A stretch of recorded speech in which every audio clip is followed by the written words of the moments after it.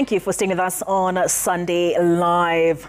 Tonight, on our special feature, Culture to Cash, Citizen TV highlights the stories of women and youth from the Ma community who are transforming their lives, creating livelihoods through beadwork sold both locally and internationally. Known for its deep cultural roots, the Ma community is now leveraging tradition to boost business and build an enabling environment for others to thrive. As we'll hear now from Marianne Nyambura, the third edition of the Ma Cultural Festival, slated to take place in Kajiado County from November the 4th, is a timely opportunity to inject economic efficiency into this growing value chain.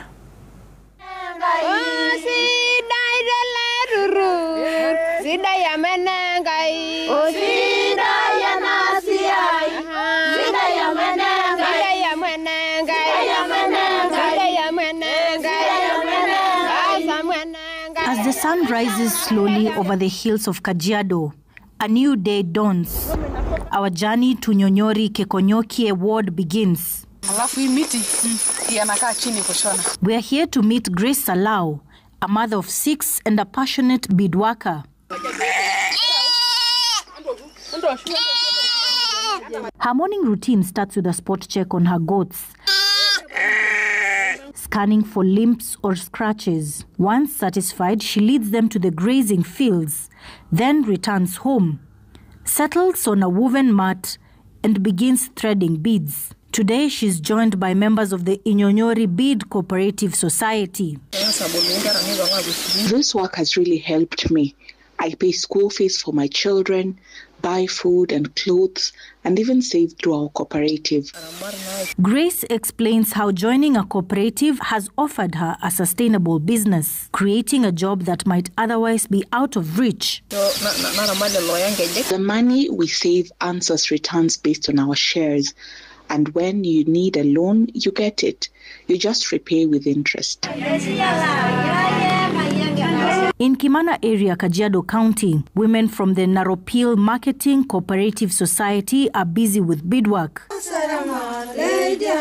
Each stitch counts, the final product destined for local and international markets. As they work, they sing traditional songs to strengthen their bond, leaving them empowered. Tumeanza 2016 hii kazi na ametupeleka mbali. Tumesomesha watoto kwa sababu ya beadwork au maziwa yetu. Sisi tumeinuka kwa sababu ya beadwork na tumeona faida ya kazi yetu. Even as Ma women turn to cooperatives to sustain their livelihoods, challenges persist. Poor market access and lack of raw materials hinder progress. Hii kazi ya beads, tumekuja kugundua ya kuwa Kenya hawatengenezi beads. Hakuna factory katika Kenya ambayo inatengeneza beads. Zinakuwa imported kutoka nchi za nje. Na ukijaribu kuangalia ni jamii ya Kihindi ambao wako na hizo kazi, zile monopolies wanatumia kusafirisha ama kuingiza hizo beads, sisi hatujui. Kwa hivyo tunachukua kutoka kwao. Kwa hivyo kama Kenya yetu, serikali kuu ingetuconsider, ingetutafutia namna ya kupata hizo materials, ama iweke factory ya kutengeneza beads katika nchi yetu ya Kenya. Some of the skills are pole they're going away with the people who used to make them. So now we have a challenge of trying to catch up with what was being made in the past, the very traditional way of making things. But so we are catching up. We are doing well with that.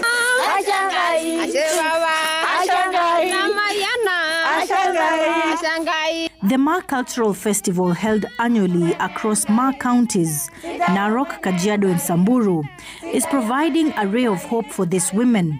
Through this initiative, access to markets is guaranteed. The third edition kicks off in Kajiado County on November 4th, once more bringing endless opportunities. Local tourism is attracted by the fact that visitors come to experience identity in different cultures. So skills make that attraction sustainable. So we have to be demand-driven. We have to impart or develop skills that will respond to developing new experience and making this experience be known. Our women have also decent way of selling their wares. You know, we have a number of them that are hawkers, and we are discouraging that. We are working closely as a government with other organizations to make sure that these women do also decent business. We are putting up ushanga sheds in different locations, strategic locations. We are also even doing, some of them have had to go through training, courtesy of organizations like ALO. Policymakers are being challenged to create an enabling environment for bead workers to thrive and to elevate culture to cash into the international sphere. So that's where ILO comes in terms of looking at, decent work, because most of the things are very informal. But how do the Maasai women benefit from this? How do you make it economical, viable? How do you present it as an investment case to showcase? We've seen what culture has done in other communities in other regions, and one that quickly comes to my mind is the Swaziland reed dance. But we want to go further now, and our union is reaching out to those organizations so that the whole idea is not really pushing for their terms and conditions of service, but really to make sure that there's a conducive working environment. The government also, the taxes they are paying are also friendly or even be exempted. But ideally, and being somebody from a cultural community, I think the family, the women are doing so well. It's only that the government now needs to motivate, the government needs to bring in incentive. From the heart of Kajiado to fashion runways and artisan markets across the world, Maasai women are rewriting the story of beadwork. These creations are not just a cultural symbol, but they are powering businesses and feeding families. Miriam Nyambura, Citizen TV, in Kisamis, Kajiado County.